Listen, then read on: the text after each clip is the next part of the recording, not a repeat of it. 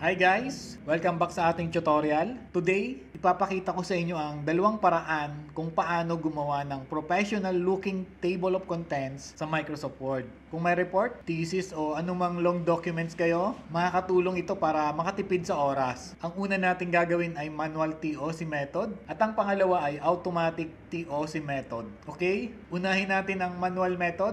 Perfect ito para sa mabilisang document na maliit lang at gusto mong ikaw ang may poll control. Ang nagiging problema kasi natin sa paggawa ng table of content ay ang paglalagay ng numbering o yung pages. Maraming gumagawa sa atin na ganito para pagtapatin yung page number. Gagamit tayo ng indents at spacing para maayos tayong makagawa ng table of contents. Una natin gagawin, view muna natin yung ruler. Punta lang tayo dito sa view tab, dito sa ating Word.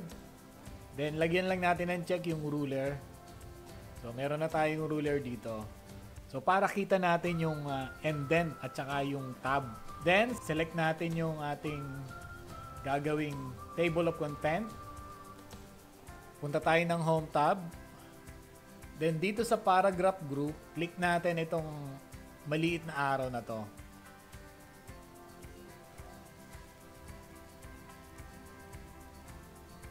So, ito yung paragraph, indents, and spacing. Saka yung mga line and page break na setting. So, pupunta tayo ng tab. Ito yung tab natin. Punta tayo ng tab. So, ang default tab stop ng Word ay 0.5 inches. So, i-modify natin yan. Pupunta tayo dito sa tab stop position. Ngayon, tingnan natin yung ruler kung saan natin gustong ilagay. Halimbawa, gusto ko ang tab stop position ko ay 3. So, lagay natin 3.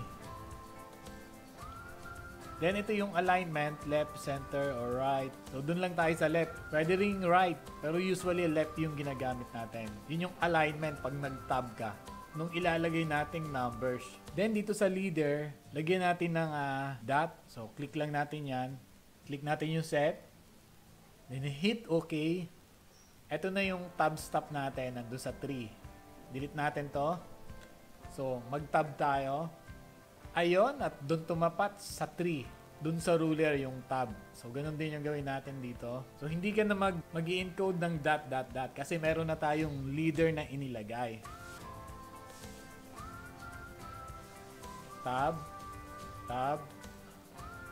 Tab. So, ganun lang. Eto, kaya nagka-tab ito kasi naka-indent siya dun eh. Back natin. Ayan. Saka tayo mag-tab. Nawa yan ay number 5. Then ito din equation. Ayan. Tab. By 6. Tab. By 7. Nawa yan ay nasa page 8.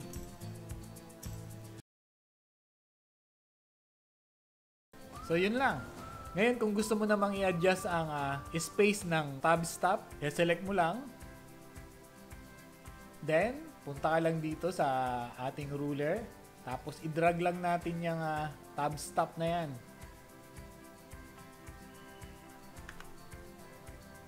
Tatapat mo lang yon, click and drag lang. Pag gusto mong i-delete yan, i-drag mo lang sa labas yan. Then, mawawala na yung tab stop niya. Tapos dito sa may bandang left side nitong ating screen, meron diyang tab stop. Ayan. So, pwede kang mag-click dito anywhere para lagyan mo siya ng tab. Problema, nawala yung leader na dot. Pag lalagyan mo, punta ka dito ulit. Then tabs. Then check mo lang yung number 2 na dot, dot, dot. Then set. And okay. So, medyo matrabaho lang itong method na to. Pero kung maliit na table of contents lang at gusto mo ng poll control, swak na swak ito. Now, para sa ating game changer, ang automatic method. Super lifesaver ito, lalo na kung mahaba ang document at maraming sections. So, ang gagamitin natin ngayon ay references TOC. Meron tayong sample outline dito. Nilagyan lang natin ng konting overview ang chapter 1. Of what each subchapter aims to cover. Isa-select lang natin yung text na gusto nating mag-appear sa TOC. Then, i-apply natin yung heading styles from the styles group dito sa home tab natin.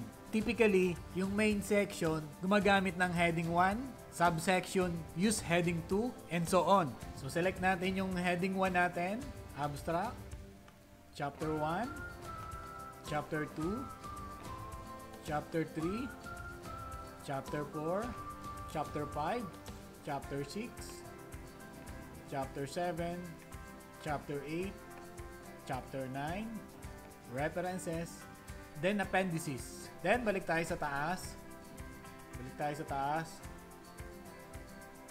Then click natin itong heading 1. So ayan, at nakita natin na na-highlight na yung heading 1 natin. So ang kasunod nating isa-select ay yung heading 2. Yun yung mga subheading. So ang subheading natin ito, background, problem statement, objective study, research. Okay. Sa chapter 2 ito. So ang pag-select nga pala dyan ay press and hold lang yung control key sa keyboard. Then click yung mouse para makapag-select kayo ng multiple selection of text. Okay? So ito yung ating heading 2.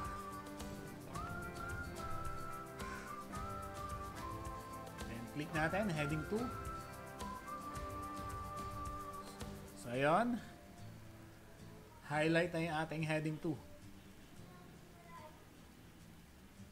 So kung meron kayong mga subheading pa na gusto nyong gawin, same process lang din. Okay? So next step ay ilalagay natin yung cursor natin kung saan mo gustong ilagay yung ating TOC. Usually dito sa beginning of the document. So next step, punta tayo sa references. So dito sa references, sa may bandang left side, click natin itong table of contents. So yan yung nagpo-provide ng overview ng ating document by adding a table of contents. Okay? Click. Then, ang pipiliin natin, automatic style from the drop-down menu. Then, yung Word, magge-generate siya ng table of contents based on the heading styles na in-apply natin. Ito na yung ating table of contents na ginawa. Okay?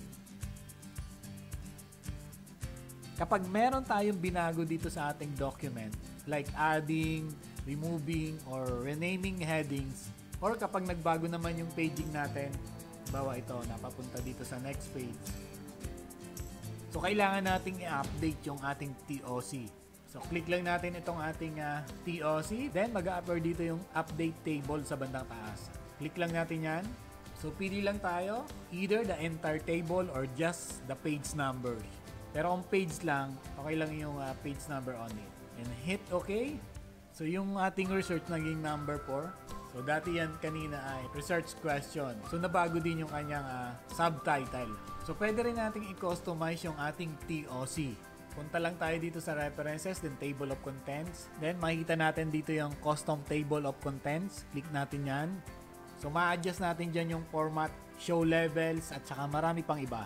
At yan, tapos na. Dalawang super easy na paraan kung paano gumawa ng TOC sa Microsoft Word. Whether gusto mo ng manual or automatic method, ngayon alam mo na pareho. Okay, follow my Facebook page and subscribe to my YouTube channel for more tutorials, travel, and food adventures. Okay?